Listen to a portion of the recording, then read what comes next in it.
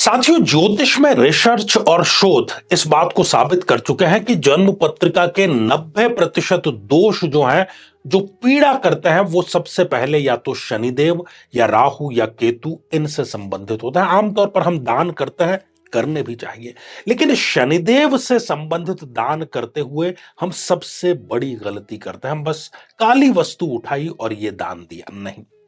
जब भी अगली बार आपको शनिवार को शनि मंदिर में या शनि से संबंधित कोई दान करना है, तो उसका सर्वोत्तम दान होता है जूतों का या चप्पल का दान, जो कि नीले या काले रंग के हों तो सबसे बेहतर होता है। शनिवार को प्रातःकाल आप उसको खरीदें, दिन भर आप स्वयं उसको पहने और सूर्य अस्त के पश्चात उसी दिन किसी जरूरतमंद व्यक्ति को आप दान कर दें। आप देखिए कि कितनी असरकारक और कितनी जल्दी शनिदेव आप पर कृपा बरसाते हैं।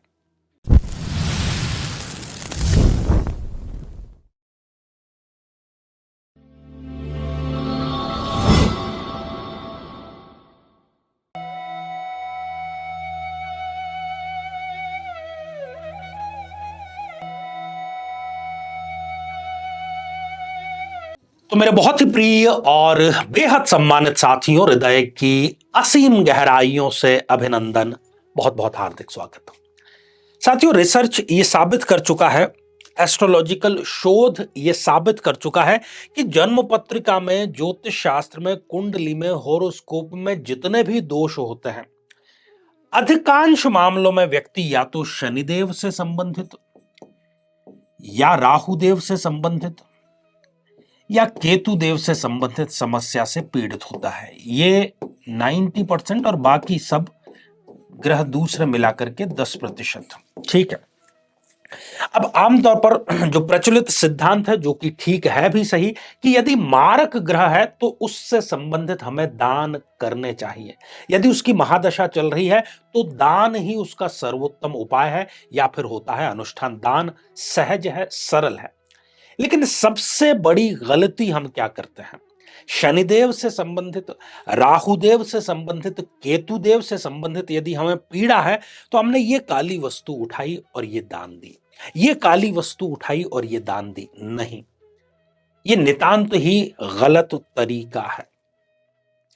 चलिए हम क्योंकि उत्तर भारत में सर्दी पड़ती है और प्रचलन भी है उसका अलग अलग समयों पर, कि हम चाहे स्वेटर हो, मफलर हो या कंबल हो, ये हम दान करते हैं, करने ही चाहिए। अब मैं उदाहरण दे रहा हूं एक ऐसी वस्तु का जो कि सर्वाधिक असरकारक होती है यदि आपको साढ़े साती चल रही है, या फिर आपको ढैया चल रही है, या शनि की पनौती चल रही है, या आपको शनि के मारक की दशा चल रही है। कोई भी दशा हो, यदि आप शनिदेव से पीड़ित हैं तो करना क्या चाहिए?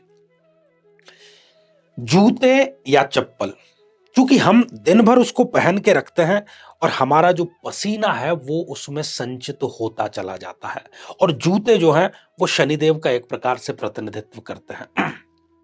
यदि ये आपको पीड़ा है तो शनिवार को आप जो जूते हैं वो आपने हो सकता है शुक्रवार को खरीदे हो या पहले खरीदे हो, लेकिन शनिवार को सुबह ब्रह्म मुहूर्त में उठ करके आप तैयार हो जाइए और अपने ऑफिस जब जाते हैं तो आपको वो जूते धारण करने हैं। ठीक है। और वो जूते आपको दिन भर पहन के रखने हैं, आपका असर उसमें आना चाहिए। ऐसे खरीद करके हमें दान नहीं करने हैं, और ना ही बहुत पुराने जूते दान करने चाहिए, क्योंकि बहुत पुराने जूते आप दान करेंगे वो सामने वाले के काम के होंगे ही नहीं, इतने वो घिस चुके होंगे। तो व्यवहारिक तरीका यही है कि सिंबॉलिक तरीके से, संकेतात्मक रूप से आपने जूते या चप्पल खरीदे, शनिवार को प्रातःकाल आपने स्वयं धारण किए, अपनी दिनचर्या पूरी की, और संध्या काल में निकट का जो भी शनि मंदिर है वहां पर आप जाइए, भगवान से प्रार्थना कीजिए, दशरथ कृत शनि स्तोत्र का पाठ कीजिए, या हो सके तो आप शनि चालीसा का पाठ कीजिए, और उसके पश्चात वो जो जूते हैं वो किसी जरूरतमंद व्यक्ति को आप दान करिए।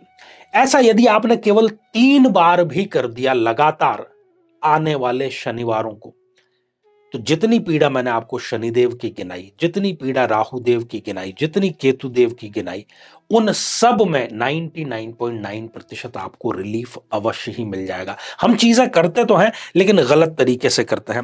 साढ़े साती की हमने बात की, ढैया की हमने बात की, पनौती की हमने बात की, मारक के शनिदेव की हमने बात की। इसके अतिरिक्त यदि शनि, राहु या केतु इन छठे, आठवें या 12वें भावों में विराजमान हो, या कुंडली के कुछ श्रेष्ठ ग्रह जैसे कि यदि वो चंद्रमा के साथ में युति करके विराजमान है, या मंगल के साथ में युति करके विराजमान है, या सूर्य के साथ में युति करके विराजमान है, या गुरु अर्थात बृहस्पति के साथ में, तो ये युतियां शनिदेव के साथ में बिल्कुल भी ठीक नहीं मानी गई है। ऐसी स्थिति में चाहे शनि की दशा हो या इनमें से किसी की दशा हो, वो व्यक्ति को पीड़ा जरूर करती है। और शनिदेव का कार्य क्या है?